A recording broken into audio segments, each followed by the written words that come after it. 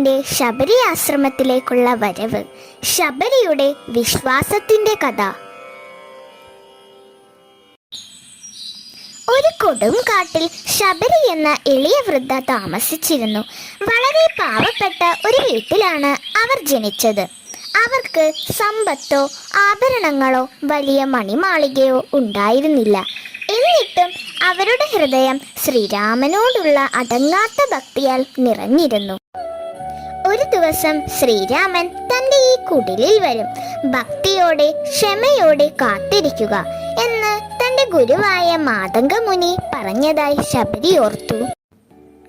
ശ്രീരാമൻ വരുമെന്ന പ്രതീക്ഷയിൽ എല്ലാ ദിവസവും രാവിലെ തന്റെ ചെറിയ കുടിൽ തുടച്ച് വൃത്തിയാക്കുകയും പൂക്കൾ കൊണ്ട് അലങ്കരിക്കുകയും ചെയ്തു. വനത്തിൽ നിന്നും കാട്ടുപഴങ്ങൾ പറിച്ച് അവ ശേഖരിച്ചു. ഏറ്റവും മധുരമുള്ള പഴങ്ങൾ ശ്രീരാമന് കൊടുക്കാൻ വേണ്ടി ഓരോ പഴവും വൃത്തിയാക്കി അവ തന്റെ കുടിലിൽ സൂക്ഷിച്ചു വെക്കുകയും ചെയ്തു. പലരും അവളുടെ ഈ പ്രവൃത്തിയിൽ കളിയാക്കി ചിരിക്കുമ്പോഴും ശബരി തന്റെ ശ്രീരാമ ഭഗവാൻ വരും എന്നുള്ള പ്രതീക്ഷ കൈവിട്ടില്ല. വർഷങ്ങൾക്കു ശേഷം ഒരു ദിവസം ശ്രീരാമനും ലക്ഷ്മണനും കൂടി സീതാദേവിയെ അന്വേഷിച്ച് അതുവഴി വന്നു. ഈ വനത്തിലാണ് തന്റെ ഉത്തമ ഭക്തയായ ശബരി തന്നെ കാത്തിരിക്കുന്നതെന്ന് മനസ്സിലാക്കിയ ശ്രീരാമൻ ലക്ഷ്മണനെയും കൂട്ടി ശബരിയുടെ കുടിലിലെത്തി. താൻ ഏറെ നാളായി കാത്തിരുന്ന ഭഗവാൻ ശ്രീരാമൻ തന്റെ കുടിലിലേക്ക് വരുന്നത് കണ്ട ശബരി സ്നേഹവും ഭക്തിയും കലർന്ന സന്തോഷത്തോടെ നിറകണ്ണുകളോടെ വിറയ്ക്കുന്ന കൈകൾ കൊണ്ട് പൂക്കൾ വിതറി സ്വീകരിച്ചാനയിച്ചു.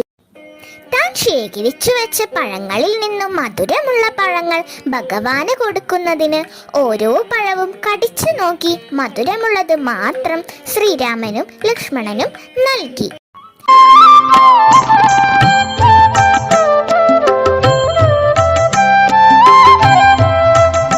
ശബരിയുടെ ഭക്തി ആ പഴങ്ങളെ അമൃതിനേക്കാൾ മധുരമുള്ളതാക്കുന്നു എന്ന് ശ്രീരാമൻ പറഞ്ഞു.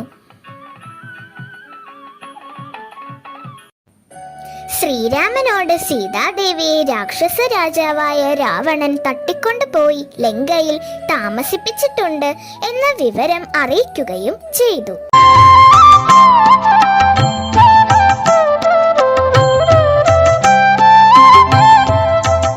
സുഗ്രീവൻ എന്ന കവിശ്രേഷ്ഠൻ തന്റെ മന്ത്രിമാരുമായി തന്റെ ജ്യേഷ്ഠനായ ബാലിയെ പേടിച്ച് അവിടെ അടുത്തു താമസിക്കുന്ന വിവരം അറിയിക്കുകയും അവരുമായി കൂട്ടുകൂടിയാൽ സീതാദേവിയെ വീണ്ടെടുക്കാം എന്ന് പറയുകയും ചെയ്തു.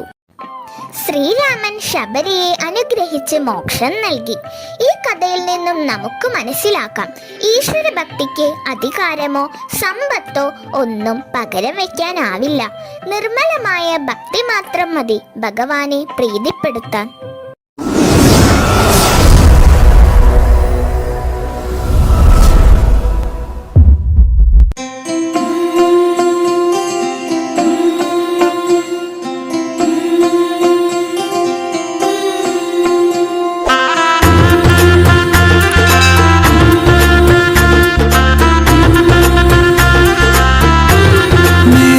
चौखट पे चल के आज चारों धाम आए हैं, बजाओ ढोल स्वागत में मेरे घर राम आए हैं। कथा शबरी की जैसे जुड़ गई मेरी कहानी से, न रोको आज धोने दो चरण आँखों के पानी से।